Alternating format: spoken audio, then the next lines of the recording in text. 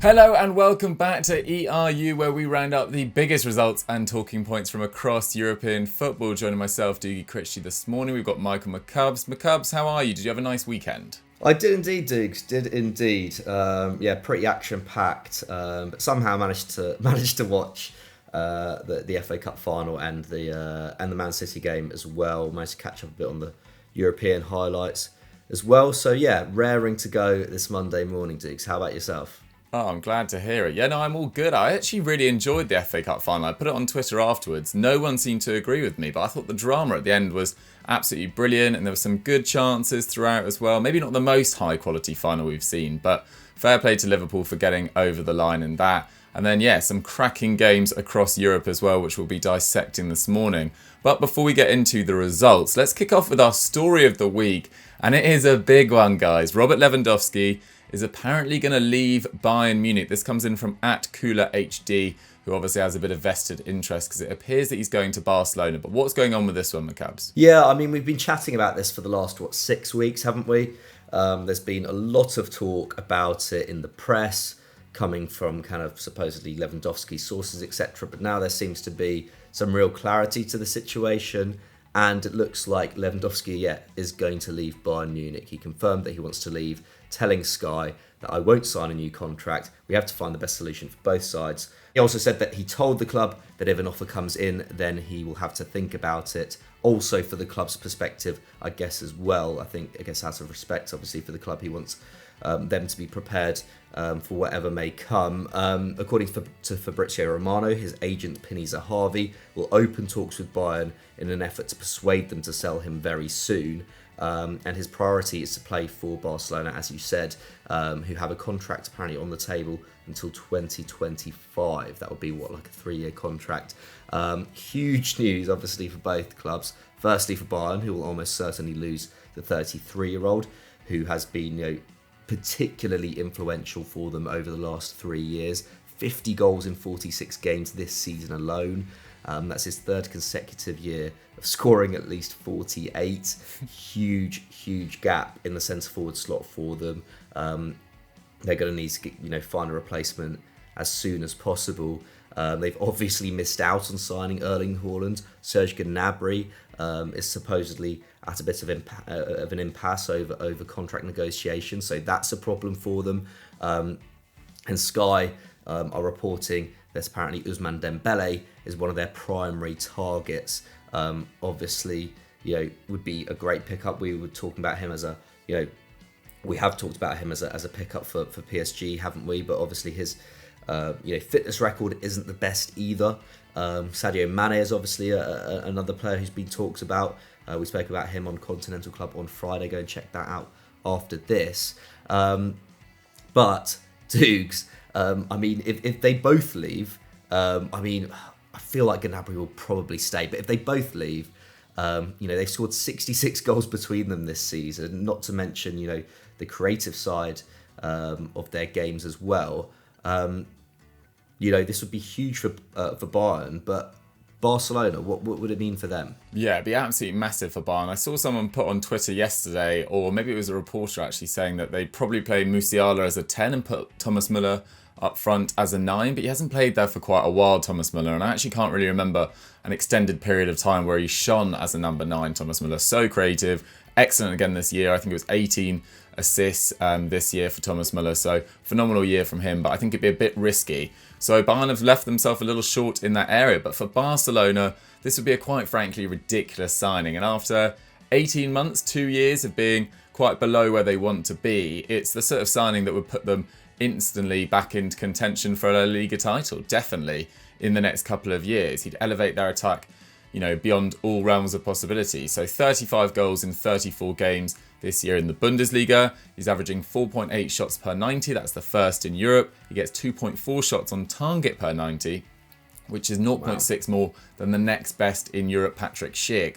And considering that a lot of strikers don't even get 2.4 shots off, let alone on target, that just goes to show how deadly and efficient he is in the box, let's say. He gets 49% of his efforts on target as well. These are just unbelievable stats. His XG this season is 32.6, and that dwarfs the next best in Europe's Benzema, which is just 23. He's at 1.17 expected goals and assists per 90. And obviously there'd be some argument, oh, was he just doing this because Bayern have been so dominant in the Bundesliga this year, even in a slightly down year for them. He plays with phenomenal players as well, but I think there's enough creativity in this Barcelona side that he'd be able to put up similar-ish numbers at Barcelona for the next 2-3 years. And he also looks after his body so well as well. I think he could play for at least another 3 years as well. So this is a really exciting signing for Barcelona as well. He'd be the most lethal number 9 they'd had on their books since peak Luis Suarez, in my belief. And he'd massively improve a club whose 68 league goals ranks 13th in Europe, which isn't too bad in a season they've just lost Messi as well. But that's 11 fewer than Real Madrid as well. So this is a signing that, as I say, will elevate them back into La Liga contention and probably make them maybe slight favourites over Real Madrid next year, particularly if they can't land Mbappe. But if they land Mbappe, maybe a slightly different story. According to Kicker magazine, he cost the club 40 million euros. And his arrival will likely depend on their ability to offload Umtiti, Pjanic, Griezmann, of course, who's on loan at Atleti as well. They've already got rid of Coutinho last week for a massively cut price fee as well. So this will be... I'm fascinated to see how Barcelona pull off this transfer, to be totally honest. But if they can get it done, it's very, very exciting. He's paid 23 million euros per season in the Bundesliga. And according to AS, the Blaugrana's highest earner is Piqué on 28 million euros, followed by Busquets on 23 as well. So he certainly wouldn't, drop the average age of that squad that they've been trying to do over the last few years. But I feel like this is a hugely exciting signing for Barcelona and goes to show their standing in world football as well, that a player of Robert Lewandowski's calibre, can look past their difficult last 2 years and say, no, if I'm leaving Bayern, I want to play for Barcelona.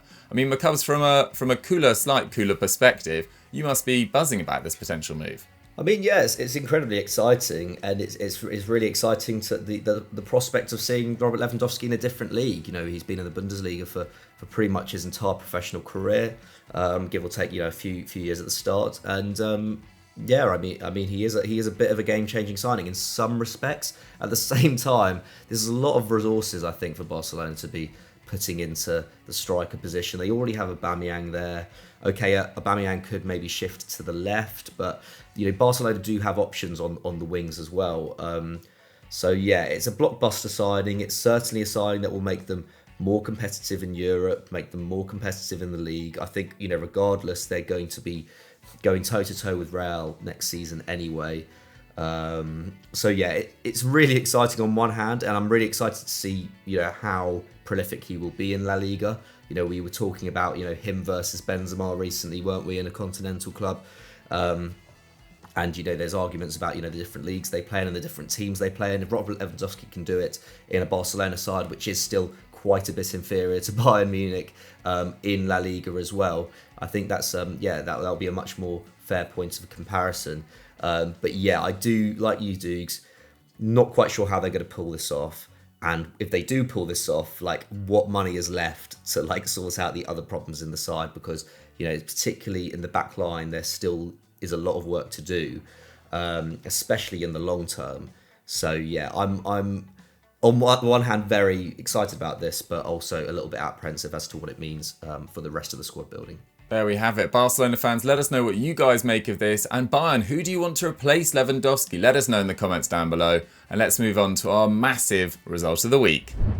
Our result of the week had come from nowhere else but Italy, and at Manolo911 has sent in his suggestion. Of course, it's Milan 2, Atalanta 0. What a huge result this was, Dukes. Yeah, absolutely massive. It puts them on the brink of a first Scudetto in 11 years. Milan only have to draw next week against Sassuolo to secure that Scudetto that they've been, yearning for so many years. They beat Atalanta 2-0 at the San Siro, thanks to goals from Rafa Leao, an excellent finish through Juan Muso's legs, and then a Theo Hernandez blockbuster, probably the goal of the season so far, in my opinion.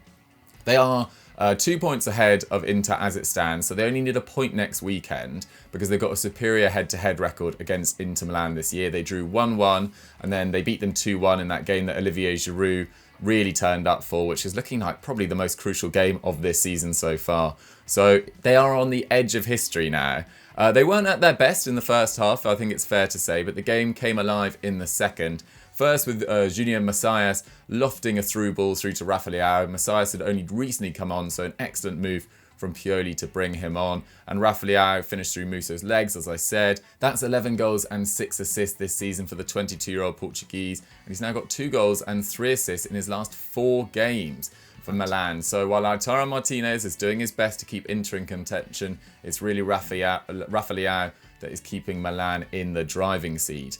But then, on I think it was 75 minutes, Theo Hernandez picked up the ball from just outside his own area and did this arching run straight through Atalanta's midfield, through past Coop Miners, past Jim City, past Martin de Roon, who was playing as a makeshift right back as well, or right centre back, I should say, and finished low into the bottom corner from past Juan Muso's left. And it was an absolutely spectacular goal, worthy of winning any game, worthy of winning any title, and probably the moment of the season. The 24-year-old has now scored 20 goals for Milan in all competitions, which, when I heard on the commentary, I misheard as he scored 20 goals for Milan this season. Put it on Twitter, stupidly, didn't fact check, and the tweet has done very well. So I want to clarify, he has not scored 20 goals for Milan this season, but in all competitions in his Milan career. So yeah, egg on the face for me. But the commentator, I then put it on Twitter this morning, it was slightly misleading how he termed it. But anyway, that's on me. Have you deleted Apologies, the tweet, guys. That's the main thing. Sorry? Have you deleted the tweet? I haven't, because it was getting quite a lot of traction. So I replied underneath it to sort of clarify, because I didn't want to delete it and then everyone walks away thinking that he scored 20 goals. So I thought it'd be better to just apologise and clarify. But anyway, it was a bit of a mess. You did the right thing. But yeah, Theo Hernandez has scored 5 goals this season to go with 10 assists as well. So another fantastic campaign for him. For context, Andy Robertson, who many people believe is the best left back in the world, he's got 17 goal contributions in 21-22. So Theo Hernandez, right on his coattails. Slightly different player, probably a bit more of a running threat than Robertson, maybe less good in terms of delivery, but Theo Hernandez, excellent player. It was a deserved victory for Milan. They only had 46% of the ball, but they got 6 of their 12 efforts on target. Atalanta only got 2 of their 12, testing Magno, and he was equal to the task as well, saving well from, I think, Luis Muriel in the first half, and then Zapata made an excellent save with his legs in the second. XG had it at 1.5 to 0.8 in Milan's favour, and this was their final massive test, and now only needing that draw against Sassuolo, it looks incredibly likely that they'll end that long wait for a Scudetto title. But for Atalanta, McCubs, this was another disappointing result in a pretty forgettable season for them. Yeah, I mean, we still had hope that they would be kind of title challengers, kind of, November, December time, didn't we? And they've really dropped off since the new year. They did manage to frustrate Milan in that first half, didn't they? But equally, they didn't really have much going forward themselves. This was their first defeat in 5 games, actually. They had picked up a bit of form, but their 7th loss in 2022 alone. For context, they haven't lost more than 6 in any of the last 2 seasons. This year, they've lost 10. Considering that last term in particular with Christian Romero at the back, they looked as defensively solid as they ever have, really. This is a big step down for them. Roma's 1-1 draw with Venezia means they're just 1 point above Atalanta. Atalanta in 8th, Roma in 6th. But Fiorentina, who are in 7th, are above on head-to-head, have a game in hand against Sampdoria tonight. So they are extremely unlikely to finish with European football this season. Mightily disappointing for Gasparini's side, who have become a bit of a fixture in European competition, haven't they, over the last 4 to 5 years. But yeah, they struggled at both ends this season, haven't they? XG per game has gone from 2.2 to 1.8. XG against per game has gone from 1.1 to 1.3. Over the course of the season, those kind of metrics really do make a big difference. They're rated essentially as the 6th best side in Italy, according to those metrics.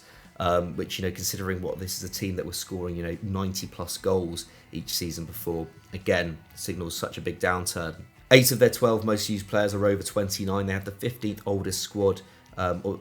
oldest starting 11 this season on average.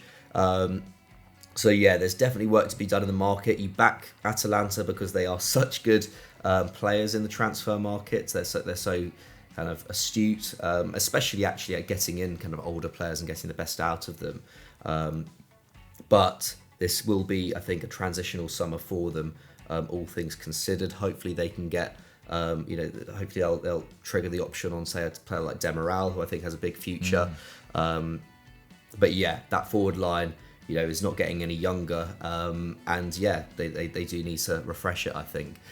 Key performers in the game, though, Kalulu continued his excellent form, didn't he? 7 tackles completed out of 7, 4 interceptions, 1 clearance, 1 dribble, and also completed 93% of his passes. I did think that he probably did commit a foul in the build-up to Leao's goal. Yeah. It was actually looked at by VAR. The ref didn't deem it a foul, so fair enough. And I'm happy because it was a great goal, but I do think it probably was just a foul. Kessié also brilliant in the middle of the park. 5 tackles, 1 interception, 87% pass hack as well. But Theo Hernandez has to take it, doesn't he? I mean, yeah, like you said, Dukes, provided the moment of the season, or the 20 seconds of the season, really. 5 tackles, 2 dribbles, 3 shots, and of course, that classic goal. Henry-esque, wasn't it? Let's face it. But yeah, I mean, if that doesn't win them the title, then it will be a massive shame, because that is, an all-time classic Serie A goal. And also props to Stefano Pioli at this point. I think regardless of whether they could throw it away next weekend, but regardless if they do or not, I mean to have taken Milan this far this season with a fairly limited squad in many areas, and with the injury problems they had halfway through the season as well, against up against a really strong Inter side, a really resurgent Napoli side as well. I think Stefano Pioli has to take a lot of credit, I mean, for what Milan have done over the last 3 years, but this season in particular. But yeah, Milan fans, how are you feeling about next weekend? Is the title sealed, or are you still feeling a little bit nervous about the final day? Let us know in the comments below, and let's move on to our star of the week.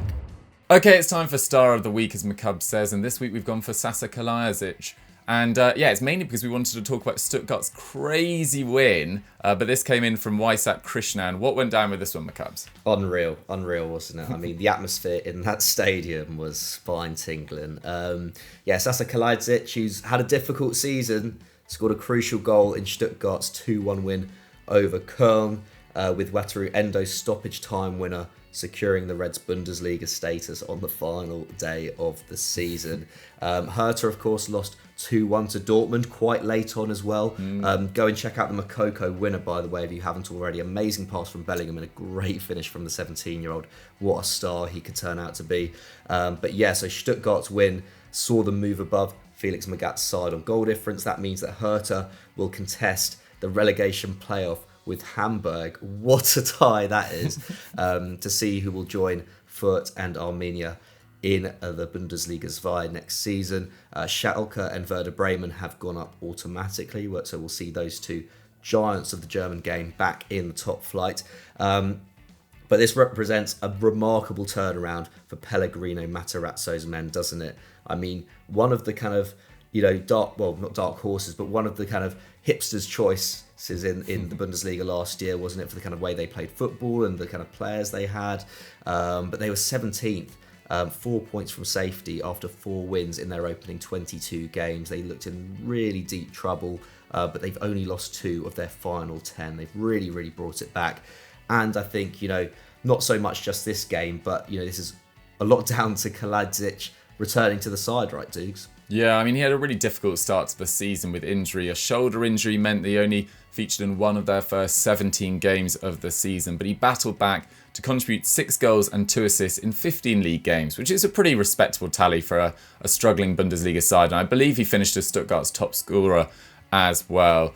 He got a goal and assist in a 3-2 win over Gladbach, whilst his goals also earned crucial points against Union Berlin, Arminia, and Bayern Munich as well. So massive shout out to the Austrian. He's got a combined XG and expected assist per 90 ratio of 0.74 this season, which is up from 0.61 last term. Obviously, that'd be slightly affected by the fact he played much, or far fewer minutes, I should say. But that's, he's been crucial to that Stuttgart squad. That's 0.25, more than Thiago Thomas, who is second in that team. It's been a very difficult year, obviously. They'll be desperate to get Mavropanos to sign permanently from Arsenal. Looks like that's probably going to happen as well. He's been excellent this year. But yeah, it's been challenging. They've obviously lost Silas as well. He's missed 14 games this year with injury. So for Stuttgart to know that it's just done and dusted, they're in the Bundesliga for a second year, and go check out the pitch invasion, as McCub says. That the stadium was absolutely electric after that game, and quite rightly so. We've seen some fantastic pitch invasions this season. I think after 2 years of fans being in and out of stadiums, it's been so important and so vital to see fans really letting loose after a really difficult few years and enjoying some time with the players, albeit responsibly. We obviously want to protect the safety of the players as well, but most of them seem to be absolutely loving it. So yeah, that's all we've got time for ERU for this week, though. I hope you guys enjoyed our rundown of Lewandowski's potential move to Barcelona, Milan's crucial win against Atalanta with that Theo Hernandez wonder goal. And I'll shout out to Kalajdzic as well for his role in Stuttgart's victory. McCubs, if they've enjoyed this, what should they go and watch now? Yeah, go and check out Continental Club from Friday. We talked about the most shocking transfers that could happen this summer and kind of rated them. Also check out the latest EFD Explained about UEFA and how they're changing financial fair play. Perfect. Sounds good. Go enjoy your Monday evenings, rather, and we'll catch you later in the week. Goodbye, everyone.